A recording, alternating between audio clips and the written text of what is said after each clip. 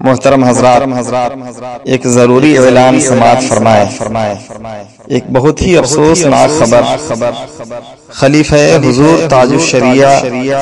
حضرت قاری محمد دلشاد احمد رضوی صاحب قبلہ مقدس اللہ العالی و نورانی بنارسی اور حضرت الحاج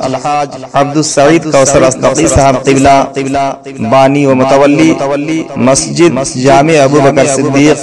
غوث نگر منی ٹولہ ڈورنڈا رانچی کی والدہ محترمہ کا آج بتاریخ 30 ستمبر 2022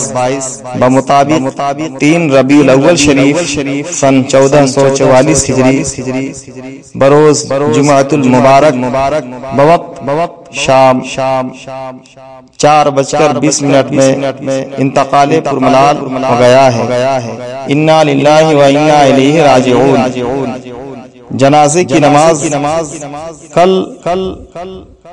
بتاریخ 1 اکتوبر 2022 بروز سنیچر بعد نماز عشاء منی ٹولہ ڈورنڈا رانچی